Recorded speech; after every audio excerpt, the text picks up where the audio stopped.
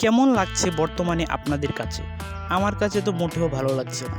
কেননা তাদের স্টোরি চলমান রয়েছে প্রায় ২ মাসের উপরে, মানে ২ থেকে ৩ মাসের মতো হয়ে গেছে তাদের স্টোরি চলমান আছে। আঙ্কেল হাউডি অ্যান্ড চ্যাট গেবলার কোনো বিগ ম্যাচও আমরা এখনও দেখতে পাইনি। যা দেখতে পেয়েছি তার রয়্যাল এপিসোডে, যাকে একটি সাধারণ ম্যাচে বলা যেতে পারে।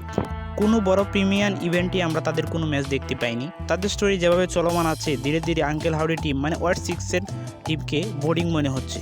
আঙ্কেল হাউডিকে এবার উচিত অন্য কোনো রেসলারের উপর টার্ন করা, অন্য কোনো রেসলারের দিকে যাওয়া, কোনো বড় রেসলারের দিকে যাওয়া এবং তাদের সাথে স্টোরি কন্টিনিউ করা।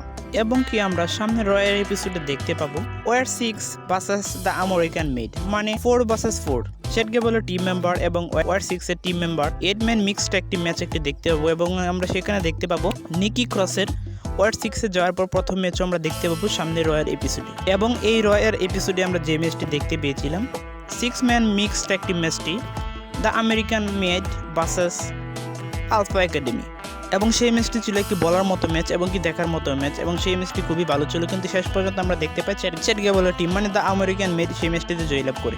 এবং কি গত রয়ের একটি ম্যাচে আমরা দেখতে পাই কাইরি সেনের চোখে কিন্তু ইনজুরি হয়ে গেছে, মানে সে কিন্তু অনেক ব্যথা পেয়ে গেছে। তার চেহারা দেখে চিনাই যাচ্ছে না যে সে কাইরি সেন। দেখা যাক সামনের রয়্যাল এপিসোডে সে কি ম্যাচ খেলতে পারে নাকি সে আবার ইনজুরিতে চলে যায় চোখের ইনজুরির কারণে। তো সামনের এপিসোড পর্যন্ত আমরা অপেক্ষা করবো এবং সামনের রয়্যাল এপিসোডে আমরা দেখতে পাবো ফ্যাটাল 4 একটি ম্যাচ, এবং সেই ম্যাচে আমি আশা করবো জেউসো যেন জয়লাভ করতে পারে এবং জেউসোর জন্য ইন্টারকন্টিনেন্টাল চ্যাম্পিয়নশিপের জন্য ব্যাড ব্লাডে জেউসো ভার্সেস ব্রন ব্রেকারের মধ্যে একটি ম্যাচ আমরা হয়তো দেখতেও পারি। তো আজকের ভিডিও এই পর্যন্তই। আমাদের চ্যানেলের সাথে থাকবেন এবং প্রতিটি ভিডিওতে লাইক, কমেন্ট এবং সাবস্ক্রাইব করে পাশে থাকবেন। ধন্যবাদ সবাইকে।